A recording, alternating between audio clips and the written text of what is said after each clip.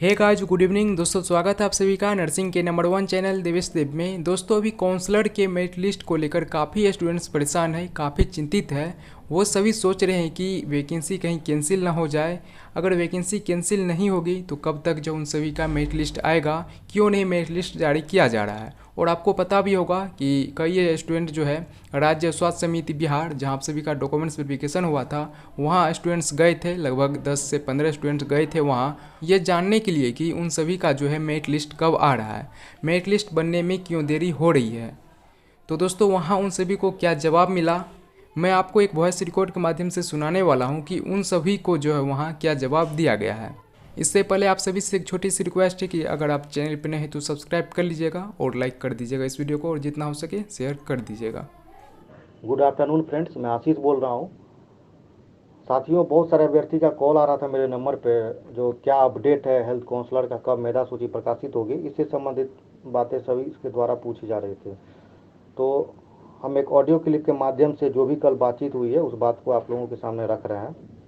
और सबसे पहले जो भी अभ्यर्थी हमारे साथ कल प्रेजेंट थे बिहार राज्य स्वास्थ्य समिति में, उन सभी को मैं बहुत बहुत धन्यवाद देता हूं। और ख़ास करके स्पेशल जो फीमेल कैंडिडेट है हेल्थ काउंसलर का, जो आई हुई थी, उनको मैं बहुत बहुत धन्यवाद देता हूं, क्योंकि वो अपना घर छोड़ के, परिवार छोड़ के, बच्चा को छोड़ के, काम छोड़ के, वो 7 बजे रात तक जो वहाँ पे वो मतलब डटे रहे। इसके लिए मैं उनको बहुत बहुत धन्यवाद देता हूँ। और सभी को पता है कि 26/4/2022 को मैं और हमारे साथ सौरभ जी थे और किरण जी थे और भी लोग थे, तो माननीय उप मुख्यमंत्री तारकिशोर प्रसाद जी से मिले थे, जिसमें वहाँ जो है हम लोग अपनी बात को मजबूती से रखे। और काफ़ी समय बीत जाने के बाद जो मेधा सूची अभी तक प्रकाशित नहीं हुआ है, इसको लेकर के हम लोग अपनी बातों को मजबूती से वहाँ रखे हैं। तो वहाँ से जो है कार्यपालक निदेशक राज्य स्वास्थ्य समिति जो है पटना को भेजा गया था लेटर, और बोला गया था जो कि मूल प्रति लेकर के आप वहाँ जाइएगा।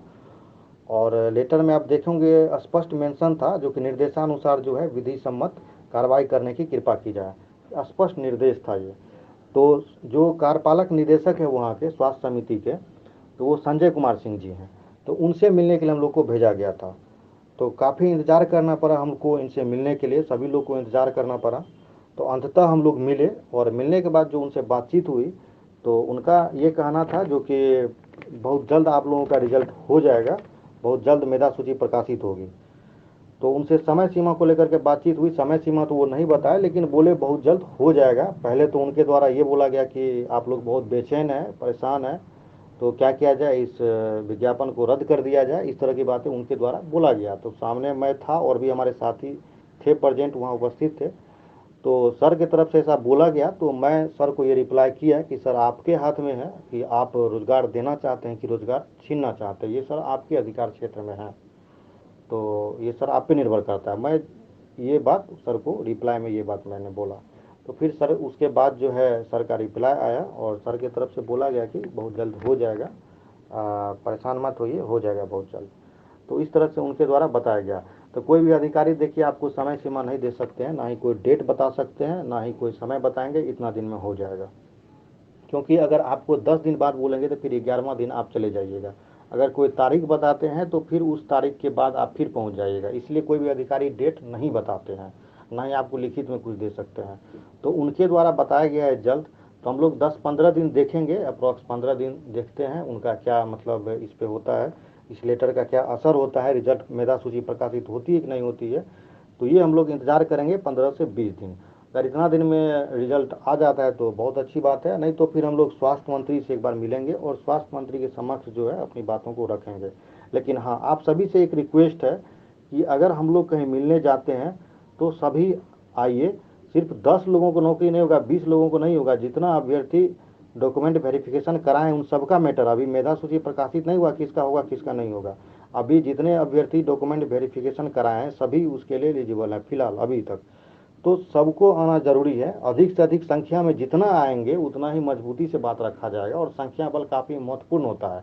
कहीं भी अगर आपका संख्या अधिक है तो बात को ध्यान से सुना जाता है और उस पर एक्शन भी होता है। इसलिए हम आप सभी से आग्रह करेंगे, अब जब भी आप लोगों को बुलाया जाएगा तो अधिक से अधिक संख्या में जो है आप लोग उपस्थित होइए, और उसके बाद हम लोग अपनी बातों को मजबूती से रखेंगे। ये सब करना पड़ेगा, तभी जाकर के हम लोग की बात सुना जाएगा। तो इतना ही था जो कल का अपडेट था, जो हम आपके सामने रखे हैं। और कल हम लोग एचआर सेल में भी मिले थे, तो वहाँ भी जो अधिकारी से बातचीत हुई थी, तो वहाँ भी यही बताया गया था कि इस पे हो रहा है और बहुत जल्द हो जाएगा, उनके द्वारा भी ये चीज़ बताया गया। और कल जो हम लोग मिले हैं उसमें जो कमल नयन सर थे, उनका भी काफ़ी सहयोग रहा है। हम लोग की बात को वो मजबूती से वहाँ रखे हैं, तो इसके लिए उनको भी मैं बहुत बहुत धन्यवाद देता हूँ। तो आप सभी से विशेष आग्रह है कि अब जब भी आप लोगों को बुलाया जाएगा तो आप लोग ज़रूर उपस्थित रहिएगा। बहुत बहुत धन्यवाद।